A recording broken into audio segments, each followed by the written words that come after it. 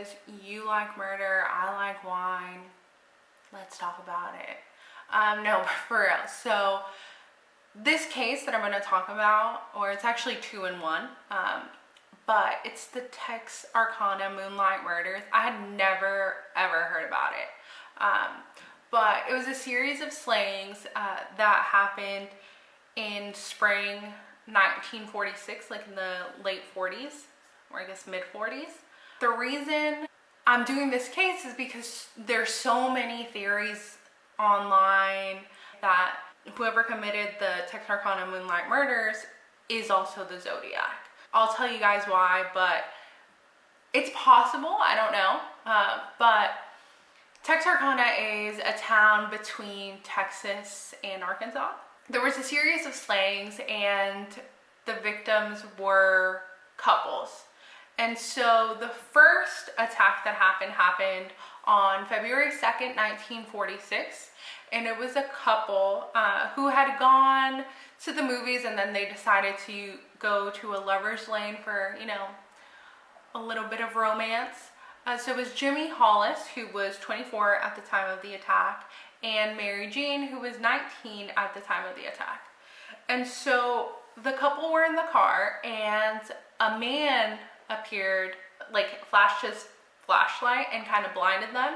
He also had a gun with him that he pointed at them and told them to get out of the car. And so they got out of the car and the attacker was wearing like a pillowcase over his face with the eyes cut out. The attacker beat Jimmy with the gun. He actually had a cracked skull due to the attack. And so then the attacker told Mary Jean to run. He was like, all right, go run, like try to escape. But he ended up catching up to her. Graphic moment alert, but he ended up sexually assaulting her with his gun. So the couple survived, thankfully, because, you know, this car came along and scared the attacker away. And so they ended up going to the hospital and they told the police everything that happened. They gave him the description that they could. I mean, he was wearing a pillowcase over his head, so how much of a description? They couldn't really see his face. And so they told them what happened, and for the following weeks they were trying to figure out who had done it and if they could get any more information. And so the next attack happened a month later in March 1946. And it was another couple who was at a lover's lane.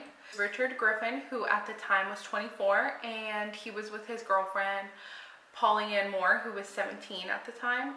The couple was found dead in Richard's car. They had both been shot. And so the police determined that the weapon that was used was a .22 caliber pistol. And so that's pretty much all they had to go on, because this was actually the first murder, right? And so all they had was the eyewitness testimony of the first couple that ended up surviving. And so this was his actual first murder. The first one was an attack. So Richard had been shot 4 times, to the back of his head, to his shoulder, his hand, and his face. So, you know, maybe he was kind of trying to block the gun being in his face, which is, I mean, imagine you just go to have a romantic moment with your significant other and this fucking psycho creep just comes up. Like, how scary. It's literally the things that you see in the movies of like, oh, here's this couple and oh my god, there's literally a ghost here. Thing that you see in the movies, like, oh, here's this couple, and then in the middle of the night this psychopath just kind of comes and attacks. You know, it's just really scary. Polly had also been shot. She was shot in the face and in the chest. And so, I mean, this means that this guy had to have, like, had the gun straight at their face, which is, I mean, he was in close proximity to them, so he's a total psychopath. He had to have been right on them pretty much, because he shot them in the both of them in the face. But Polly, similar to Mary Jean, was also raped with the pistol. However, she did not survive.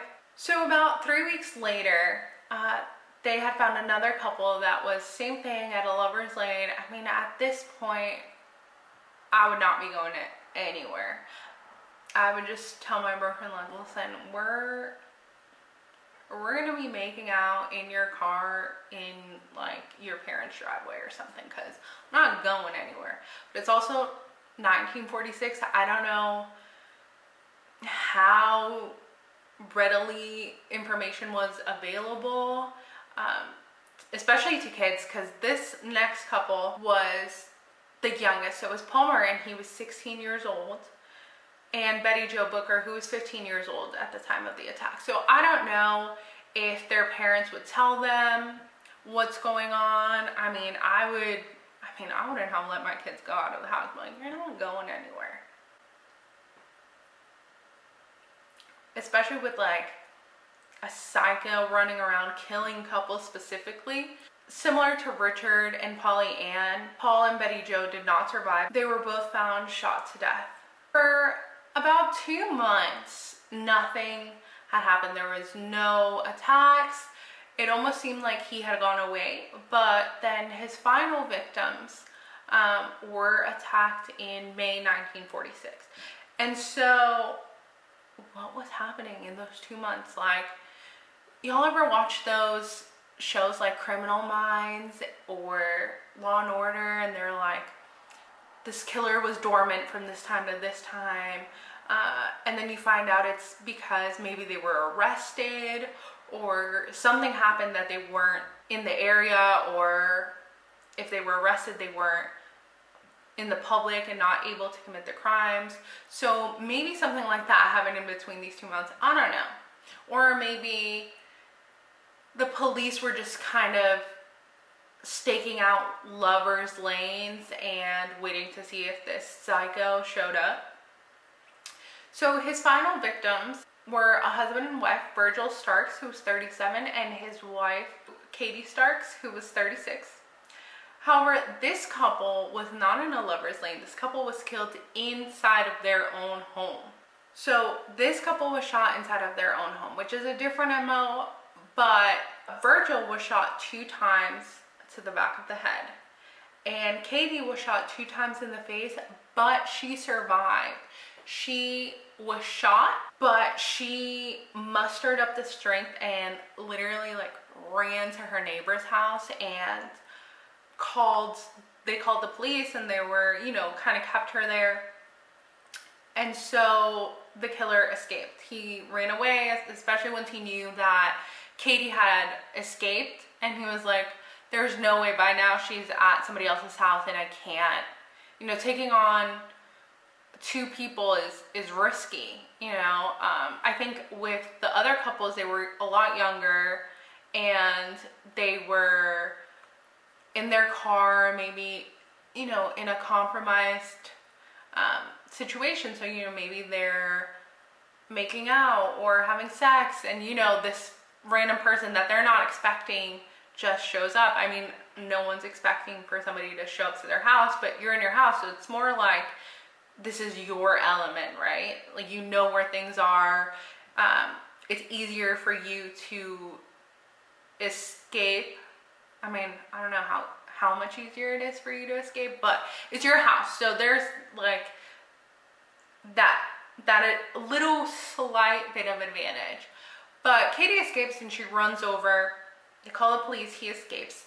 The police end up finding 22 caliber shells, which is the same as the other murders, and that's why they believed that it was the same killer, even though the others were couples in lovers' lane and this was a couple in their house. But it was the same like shell casings, the same type of gun, and so they assumed that it was the same person. The reason I wanted to do this case, but also I had read all these theories that the Texarkana Moonlight murderer is also the Zodiac. Okay, so the Zodiac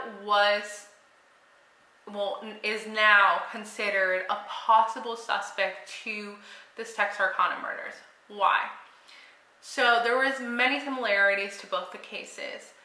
The Zodiac wore like a mask, or like a hood.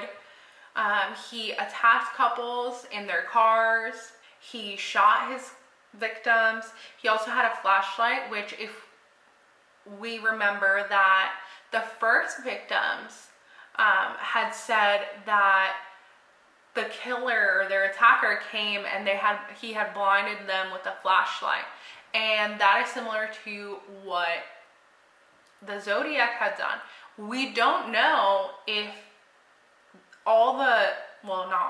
we don't know if the other two murders he committed, he also came up on them and kind of surprised them with a flashlight, because those couples unfortunately didn't survive. But that is something the Zodiac did. So that right there is already a very big link.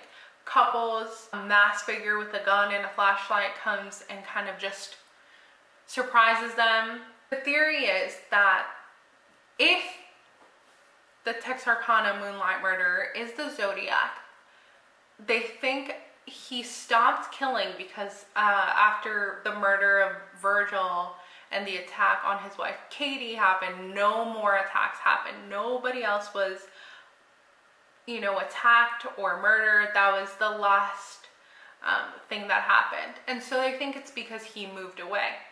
And he moved away to California. However, we don't know who the Zodiac is. We don't know how old he is. But there was many reports that said that the Zodiac was anywhere between 25 to 45 years old. That's quite a big difference. However, we don't know. We can't determine that. No one knows who this man is or was, if he's still alive. But based on the witnesses, the eyewitnesses of the Zodiac, they said a man about 25 to 30 years old. However, they had seen him briefly and not for a long period of time, and eyewitness testimony is not always the most accurate. So, it's possible that they could have gotten the age wrong. However, the police officer, Donald Falk, he estimated that the Zodiac was between 35 and 45. And he was also like an eyewitness to the Zodiac. And so he had estimated 35 to 45 years old. So if we do the math, if the Zodiac was, say, 40 years old in 1969, which is when the Zodiac attacks were happening, that would have made him 17 years old in 1946 when the Texarkana Moonlight murders were happening. So 17 years old, it's possible if we consider that at 17, the attack on Jimmy and Mary Jane was his first ever attack on a person, or at least to that level. He could have, been aggressive or shown signs of violence before, but his first actual attack. However, if the Zodiac was between 25 and 30, which is what the eyewitness had said, they placed him between 25 and 30. So let's say 30 years old in 1969, that would make him 7 years old in 1946, and obviously that would just rule him out of being the Texarkana Moonlight murder. If he was 35, then he would be 12. So it only would make sense that it's the Zodiac if the Zodiac in 1969 was about 40 years old, which is possible. But a lot of people think that he was maybe a little bit younger. So I don't know. The theory is that maybe the Zodiac was older and he started his killings in Texarkana because the similarities are just too much. Couples, flashlight, gun. It just all seems like it's either a copycat or it's the same person. I don't know. So the Zodiac killed 6 people, and he would also shoot them. He also stabbed some of his victims. However, the difference between the Texarkana murder and the Zodiac is that the Texarkana murder, he raped his victims.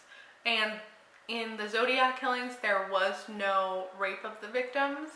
So, I mean, that could be another reason that it is not the Zodiac. That the Zodiac is not the same person. But many people believe it. I'm like in between. I don't believe it and I don't not believe it. I think it's possible, and I think that the MO is very similar, almost like too similar. I just sit here and look this up and drink my wine. I don't know. However, there was another suspect for the Texarkana Moonlight murders, and that was a man by the name of Youell Swinney.